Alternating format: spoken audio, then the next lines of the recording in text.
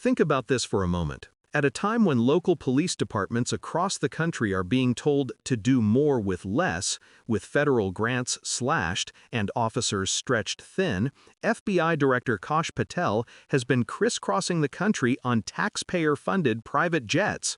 Not for emergency missions, not for urgent law enforcement needs, but for front-row seats at UFC fights in Las Vegas and Miami and even hockey games in New York City. Trips most Americans could never dream of taking on the public's dime. Senator Peter Welch wasn't having it. In a tense exchange, he pressed Patel on exactly why taxpayers should foot the bill for what looks less like official business and more like a VIP lifestyle.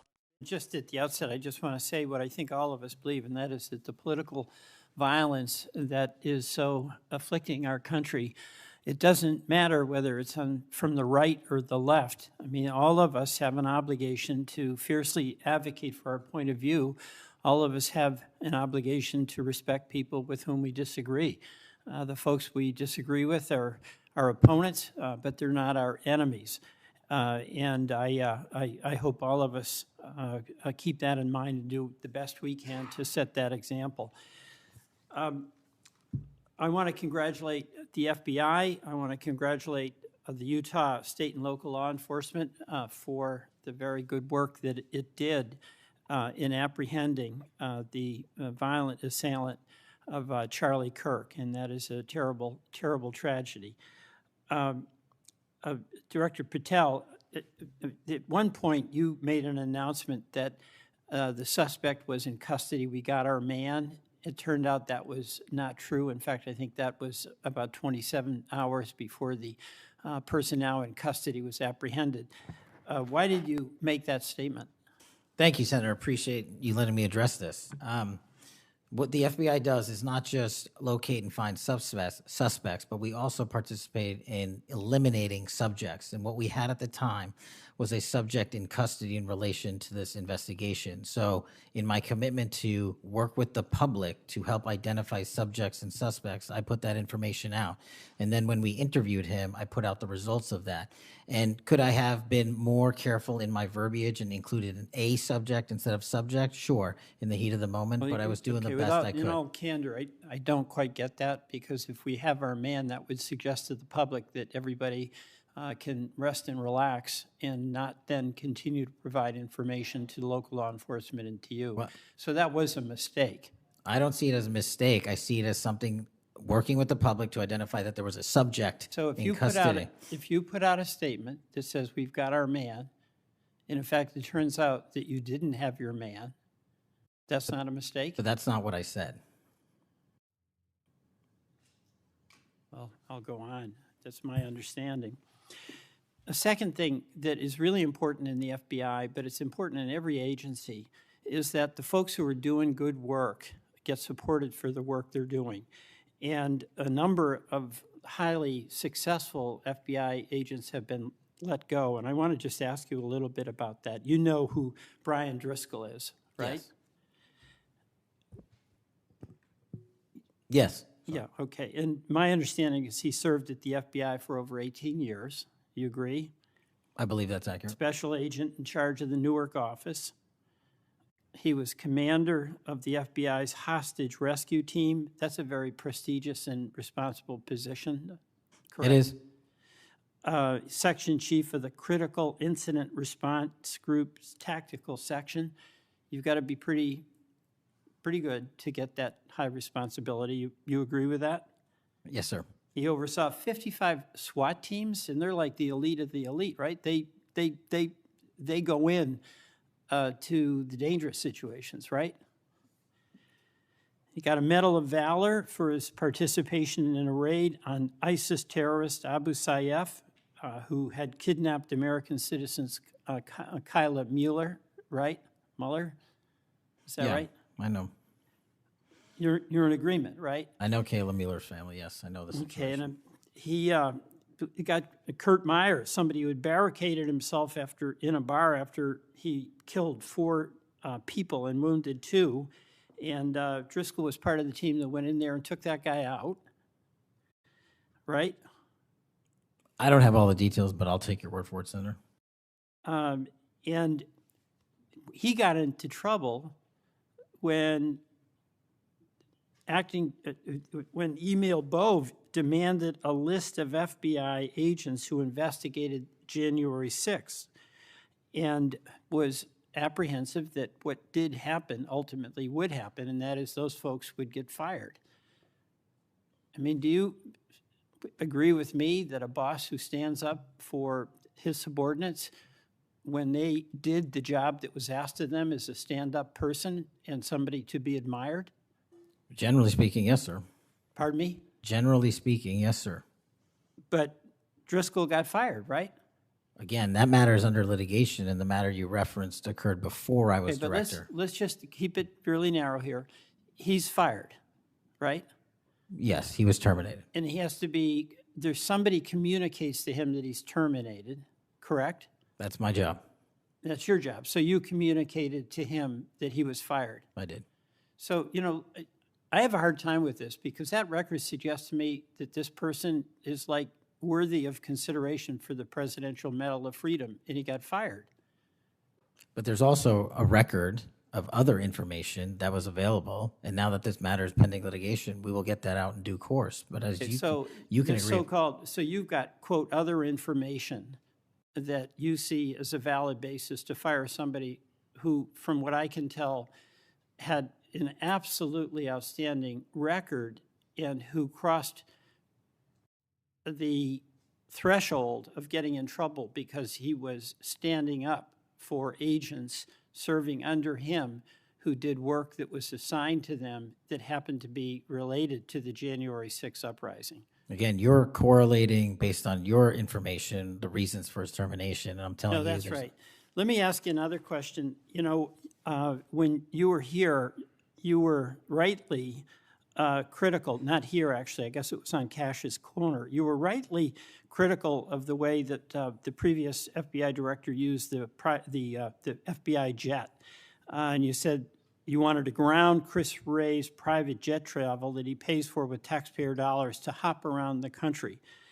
Let me ask you this. You know, on the weekend of, according to flight tracker data, on the weekend of March 7th, an FBI plane flew round trip from D.C.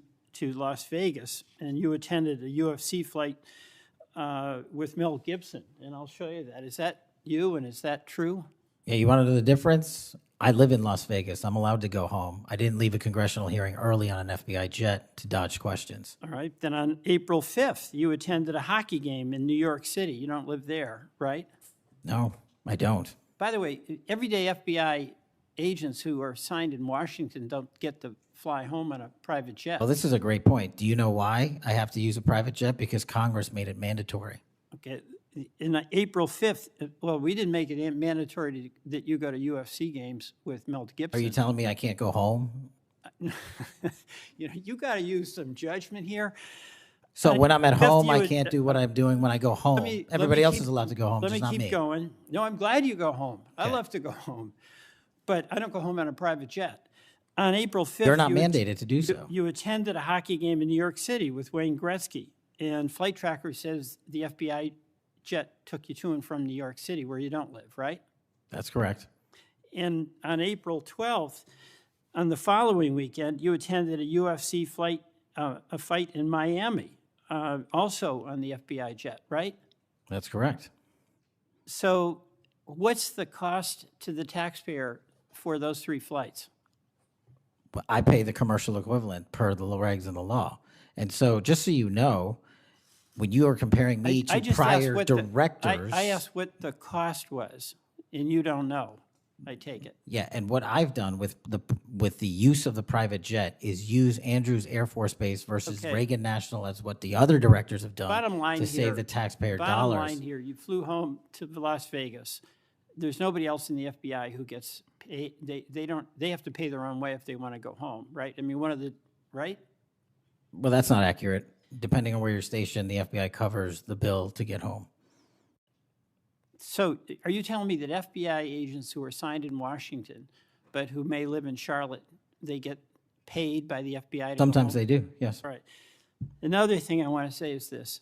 You know, our local law enforcement has been stiffed. About $500 million in COP grants have been taken out of the budget. Those really help us in Burlington. They help us in Rutland. They really are important. And why in the world would we be cutting those COP grants when we need that local law enforcement, in part to partner with you? Well, I think Do you support that? I think you're speaking to the Department of Justice grants, which I don't adjudicate, but also Vermont, just like every other state, has received a plus-up of FBI personnel. Well, I'll tell you, that's not what we're seeing. The other thing, my understanding is that there's a requisition or an effort to get another plane for the FBI that would cost about $72 million. Is that right?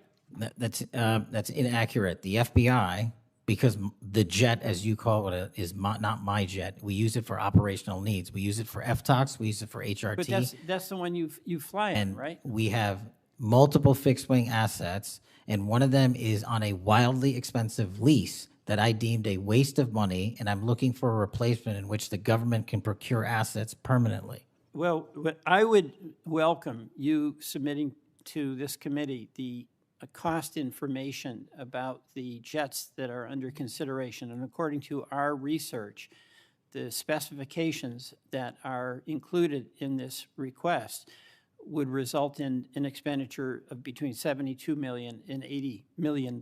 That's inaccurate, but I'll happily get you the right I numbers. welcome getting the specific information. Absolutely. Thank you, Mr. Chairman. I yield back.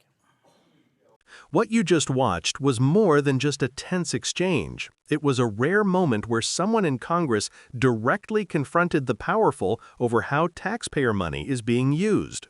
Senator Peter Welch wasn't just nitpicking Patel's words or travel schedule, he was drilling down on a deeper issue: accountability.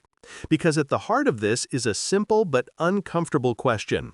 Are public officials treating taxpayer resources as tools to serve the people or as perks to serve themselves? Let's break this down. When Welch asked about Patel using FBI aircraft to attend a UFC fight in Las Vegas or a hockey game in New York, the point wasn't whether Patel is allowed to travel. The point is optics and ethics. Everyday Americans don't get a taxpayer-funded jet to fly home, let alone to sit ringside at a UFC fight with celebrities. So when the public sees officials doing just that, it feeds into a sense that there are two sets of rules, one for the powerful and one for everyone else. And here's where it gets deeper. Patel defended himself by saying Congress requires FBI officials to use government aircraft for travel. That might be technically true, but Welch was highlighting the difference between using those planes for official business and using them for what looks a lot like personal or social outings. The rules may allow it, but is it the right thing to do? That's the ethical tension Welch was trying to expose. Now think about the timing of all this. While local police departments around the country are struggling with cuts to federal funding, including programs that directly support officers on the ground, the FBI was reportedly considering a $72 million replacement jet. Welch's frustration is obvious. How do you justify luxuries at the top while communities are left scrambling for resources? It's a question that resonates far beyond this hearing room. And let's not miss the bigger theme. This isn't just about one jet or one official's weekend plans. It's about whether government leaders are willing to be transparent, to submit themselves to the same scrutiny they expect of others, and to prioritize the public interest over private convenience. The symbolism of a taxpayer-funded jet flying an official to a UFC fight isn't lost on the American people. It speaks volumes about privilege, priorities, and power. This is why hearings like this matter, because behind the bureaucratic details, travel rules, flight logs, and budget line items, is a story about fairness. Do the people at the top really live by the same standards as the people they serve? Welch's questions forced Patel to answer, and whether or not viewers agree with his response, the confrontation itself shines a light on a problem that too often gets ignored. So when you see these moments, don't just view them as political theater. See them as windows into how our leaders handle responsibility, how they use your money, and how they explain their choices when pressed. That's accountability in action, and it's exactly why we keep covering these exchanges here on Left Lens. And if you value this kind of critical, independent coverage, breaking through the spin, connecting the dots, and asking the questions that need to be asked, make sure you subscribe to Left Lens. Because this isn't about headlines, it's about holding power accountable. And that conversation is only getting started.